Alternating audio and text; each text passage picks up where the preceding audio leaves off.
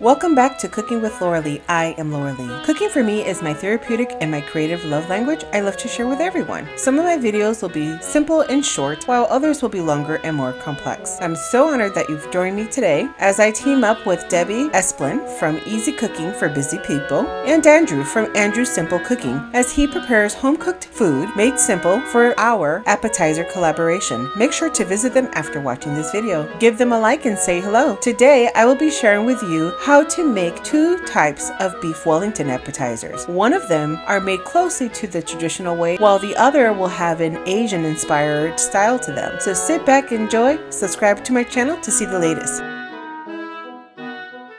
Once I knew that this collaboration was going to be about appetizers, I was super excited to know that I pretty much had all the ingredients in my home already. And I got these two Filet Mignons on sale, so I was super excited to be able to turn this into an appetizer. Besides, I've promised my husband a long time ago that I was going to make these and never did, so this came during the perfect time.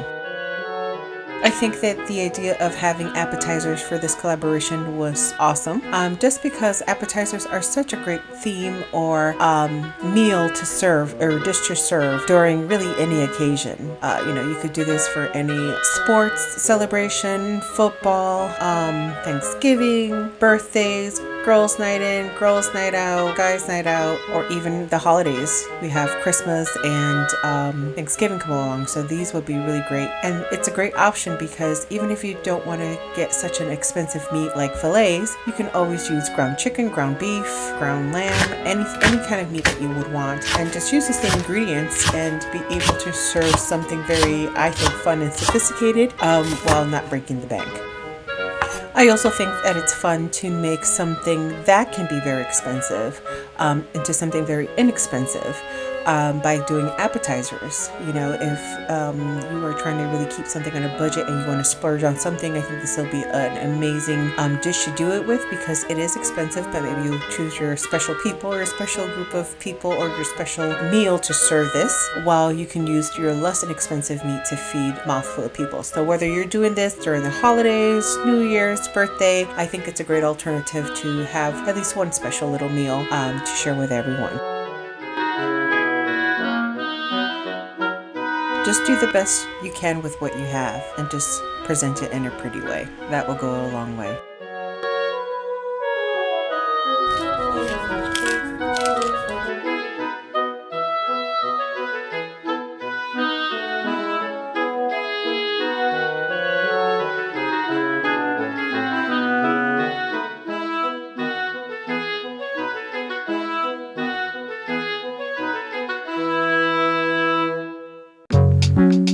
And what can I say? I love to cook, so my family tends to be a little spoiled, and I could not just do one style of beef Wellington. So we are big on many different types of flavors. So I figured let's keep it traditional and let's keep it Asian style. So that's what I came up with, and it was just delicious.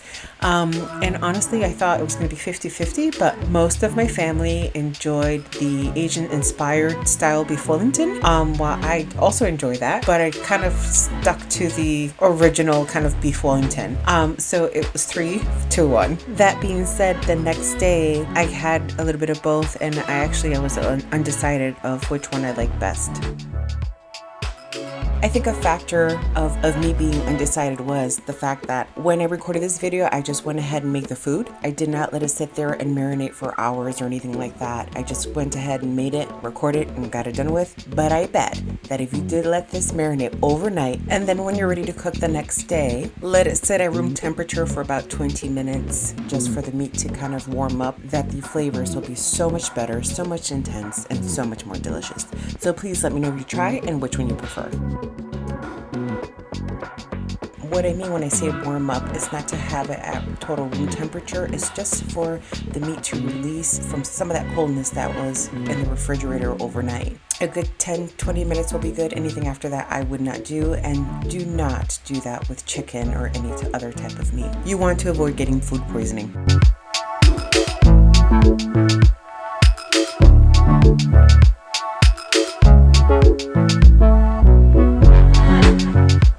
Beef Wellington is usually used with filet steak, beef tenderloin, or filet mignon, and usually it comes with chopped herbs and chopped mushrooms, also called the duxelle, which is again mushroom finely cut up into bits and pieces. I skipped that whole step. I chopped them up pretty well, and then I just put them in the blender, and it kind of made like this paste that I can rub on into the puff pastry or the filet dough.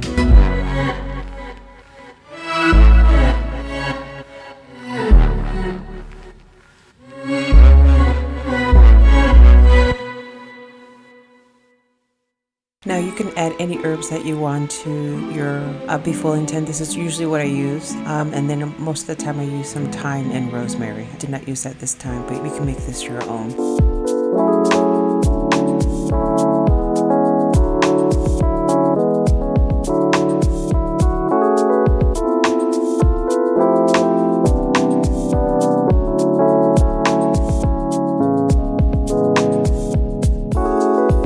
As you can see here, I used a little bit of wine from another dish that I made the other day, but you can just use water or even chicken stock if you like. I just added a little bit just to kind of help everything blend in a little bit better.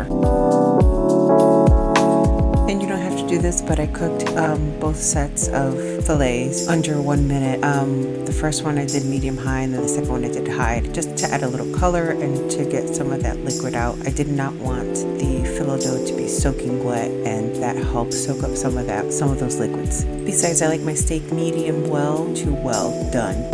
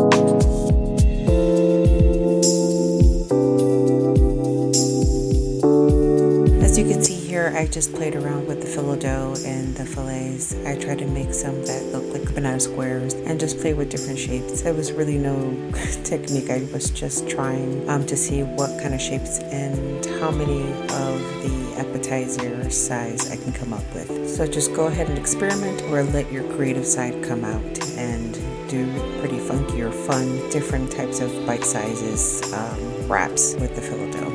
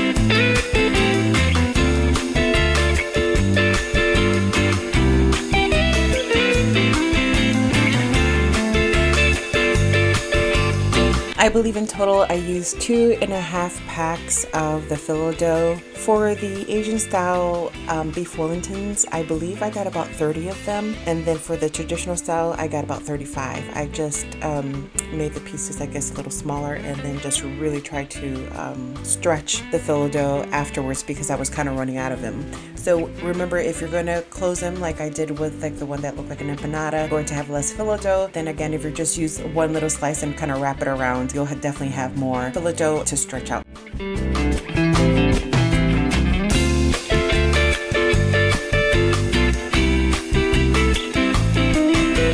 So you can see the different texture in the phyllo dough. The first one was pretty much warmed up when I was working with it, so it was really stretchy, and I had to make sure I used enough flour so that it wouldn't stick to everything. This one was a little bit more frozen, so it was like paper, and you have to just kind of play around with it. But then that also kind of loosened up as it warmed up, and you can see I'm rolling it around. It kind of warms up and easily pliable to any shape that you want.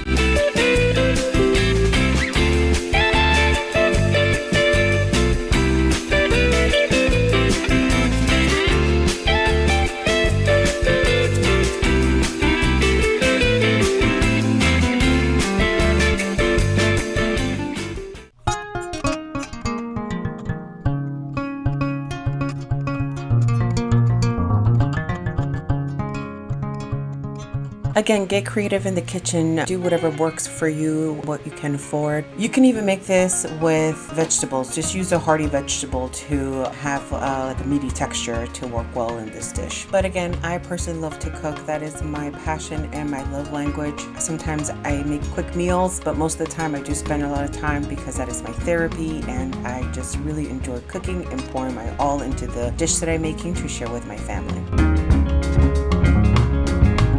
I'm just the type of person that really believes in Colossians 3:23, and I really believe that I willingly do whatever I do as if it was for the Lord. Now I'm paraphrasing, but that's basically who I am, or at least strive to be on a daily basis. Again, at the end of the day, as the Bible says in Proverbs 15, verse 17, a bowl of vegetables with someone you love is better than a steak with someone you hate. That's NLT version. So again, when you do something or you're cooking, do it with love. If you're not going to do it with love, don't even bother. Go order something out or just do whatever pleases you guys. So I hope you all enjoy this. I did this from a lot of love, and I share this with a lot of love. I hope that you are able to take this recipe and interpret it and do it the way that it speaks to you and to your family. I hope it is a blessing to you in your home. And again, go check out the other two channels, Debbie and Andrew. They really have a way of kind of speeding things up in the kitchen and getting things done. But see which style is best for you. Always remember to be kind, be great. Have a great day. Make sure to subscribe and publicly watch my channel. Thank you so much, everyone. Until the next time, take care. Bye.